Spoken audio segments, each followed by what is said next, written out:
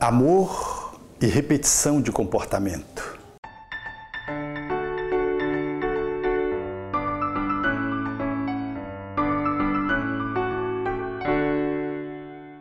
Dia a dia, nós nos surpreendemos com atitudes que nós não sabemos a sua origem nem pelo que elas comparecem recorrentemente. É a agressividade que irrompe sem que nós saibamos de onde ela vem. Às vezes uma tristeza imotivada, às vezes um medo que surge desafiando toda e qualquer previsibilidade. Às vezes são explosões que surgem no campo da atitude que não conseguíamos avaliar o pelo quê. E outros comportamentos conflitivos que nascem como que do nada, sem que consigamos erradicá-lo, posto que ele se repete. É necessário poder avaliar que na realidade nós somos um ser cumulativo, espíritos multimilenários, trazemos impulsos e tendências que emergem do nosso inconsciente profundo, das nossas subpersonalidades. Também ativados pelas ocorrências da nossa vida infantil. E, nesse âmbito, nós recebemos algumas contribuições que são de alto valor, positivas ou negativas, e a mistura delas, o que é o mais frequente, daqueles que são os tutores, preceptores, pais, aqueles que cuidam da nossa vida infantil na conta de adultos com amplo significado psicológico na nossa vida íntima e na construção da nossa personalidade. É assim que vamos perceber que muitas vezes aquilo que estamos fazendo nada mais, nada menos é uma reedição de algo que ora está numa outra existência, ora e muitas vezes está nessa existência. E quando olhamos o jeito como nós agimos, a manifestação daquele comportamento, daquele sentimento, daquele desejo ou daquela aspiração, ela naturalmente tem a cara de alguém que conviveu conosco e que traz exatamente a marca desse processo de convivência educativa. É que nós, enquanto seres humanos, no processo da experiência infantil, fazemos um movimento de importação de modelos e repetimos comportamentos de forma inconsciente de pais, mães, educadores, tios, padrinhos, pessoas que conviveram conosco, notadamente na primeira e na segunda infância. E automatiza-se esses conteúdos internos e eles emergem na medida em que vamos adolescendo e vamos entrando na idade adulta. E quando menos nós nos damos conta, começamos a perceber a repetição de comportamento parental. É uma agressividade que víamos no nosso pai fazer no trânsito, em casa. É a atitude de submissão de uma mãe que sempre ela serviu ao pai, que às vezes era ditador, e começamos a reproduzir aquela atitude de subserviência ou aquele comportamento opressor do pai. Às vezes nos damos conta com um medo imotivado que surge do futuro, evocando o medo que a nossa mãe tinha de que pudesse não lograr experimentar muito tempo no corpo, de que falecesse deixando-nos órfãos.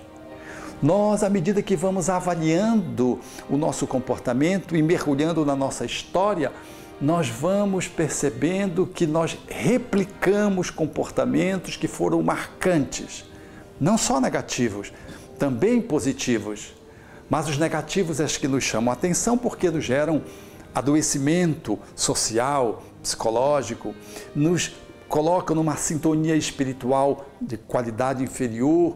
ensejando-nos conexões espirituais de baixo teor vibratório. E assim, é natural poder estar atentos, então, para olhar para essa história a fim de identificarmos que alguns comportamentos são comportamentos que falam da nossa história, seja porque nós introjetamos o modelo, seja porque sentimos coisas e não nos deram o ensejo de que pudéssemos expressá-las, e nós cravamos num processo de repressão, fechamos-nos dentro de nós mesmos e aquilo fica dentro de nós próprios para mais tarde emergir como uma bomba que ficou enterrada para depois ser ativada por uma circunstância externa que toca naquele ponto e vê então conteúdos emocionais que ficaram latentes e que não foram superados em tempo. Quantas tristezas que deveríamos ter chorado, lamentado, para poder expor a energia que estava vinculado a ela, e sentimos-nos reprimidos porque a mãe vem se consolar conosco enquanto criança, ou porque um pai diz que não podemos chorar, e nós ficamos então com a repressão de um sentimento em relação a uma perda de um animal, de um avô ou de uma outra figura importante para nós. Aquele sentimento que envolve aquela energia de tristeza que, se lamentada, se chorada, nos devolveria a sanidade e a saúde para viver o presente, fica encalacrado e somente mais tarde, no adulto, emerge num tempo que às vezes não há motivação, é desproporcional, mas é perfeitamente compreensível, porque é algo que foi ativado a partir de um gatilho, de uma circunstância atual que evocou o passado recente e por isso vem turbulentamente aquela emoção que nos surpreende e nos surpreende a todos às vezes. Por isso, é de bom tom que se analise que comportamentos se repetem na nossa vida. Vejamos assim no próximo bloco.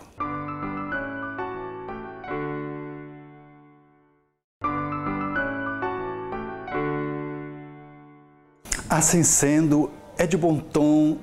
que meditemos sobre as nossas atitudes, para saber se elas nos são inerentes a nós mesmos e são específicas da nossa personalidade, ou se nós estamos tomando carona na emoção, no comportamento, no exemplo de alguém que nos passou na infância. Ou de que aquele comportamento que eu não estou conseguindo controlar foi algo que ficou retido na infância e nós não tivemos oportunidade de poder expressar e nos liberar. E que por isso agora surge recorrentemente falando-nos da necessidade de podermos dar um trato nessa emocionalidade, de corrigirmos essa turbulência interna que em tempo não foi tratada. Essa disponibilidade para se autoavaliar dá-nos ensejo de varrer da nossa história e passar a limpo alguns conteúdos que ficaram dentro das nossas experiências infantis, juvenis, como processos dolorosos. E poder estar nos desativando, nos desonerando, deixando com os nossos pais aquilo que eram deles e não precisando replicar a agressividade do pai, a tristeza da mãe, por exemplo, o alcoolismo de um dos entes queridos que nos cumulou a convivência infantil,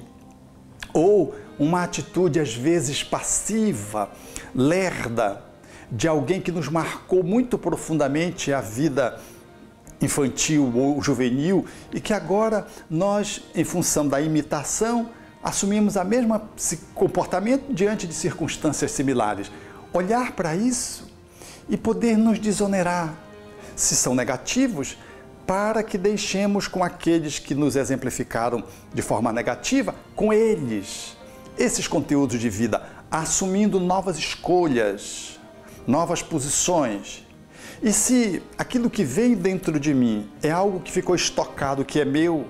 e que não teve a permissão de comparecer, é aquilo que não foi tratado em tempo quando deveria ser e que está ali como algo que precisa de uma nova cena no laboratório da vida para ser revivida e ser curada, nós precisamos fazer esse acolhimento, dentro de um enquadramento mais adequado para que não surja numa situação despropositada e nos coloque numa situação de ridícula ou que nos coloque numa posição em que as pessoas nos acham esquisito, porque há uma desproporcionalidade na reação em relação àquilo que a suscitou. Esse olhar interno, naturalmente que vai para outras vidas, porque alguns comportamentos, eles não são oriundos de inputs, de comandos, de scripts desta existência, eles vêm de outra existência. Aqueles que vivemos o autoritarismo, a beligerância, às vezes mesmo tendo um corpo frágil, nós nos comportamos como se fôssemos o mesmo samurai do passado, como se fosse o mesmo bárbaro de outrora, ou o mesmo romano sentado numa biga e irrompe uma agressividade profundamente desqualificadora, desproporcional, desmedida, numa situação em que nós mesmos depois, quando nos olhamos, nos achamos bizarros. É que essas subpersonalidades, elas contaminam, porque não foram devidamente diluídas. Esses conteúdos estão pendentes na alma, precisando de educação, de transformação interna. E há que ter uma vigilância, há que ter um tratamento adequado. Às vezes até a ajuda de um profissional quando isso é muito intenso e que começa a comprometer a nossa atividade profissional, a nossa convivência familiar, social, porque emerge numa intensidade que nós não conseguimos às vezes fazer o manejo adequado. Outras vezes não, é possível. Poder entrever pela nossa tendência, às vezes pelos sonhos, às vezes por informações mediúnicas,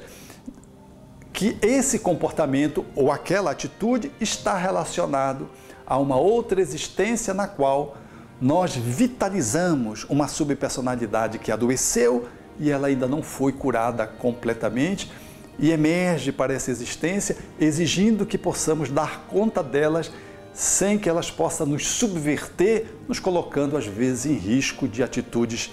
psiquiátricas. Assim sendo, olhando-nos para nós mesmos, façamos um inventário,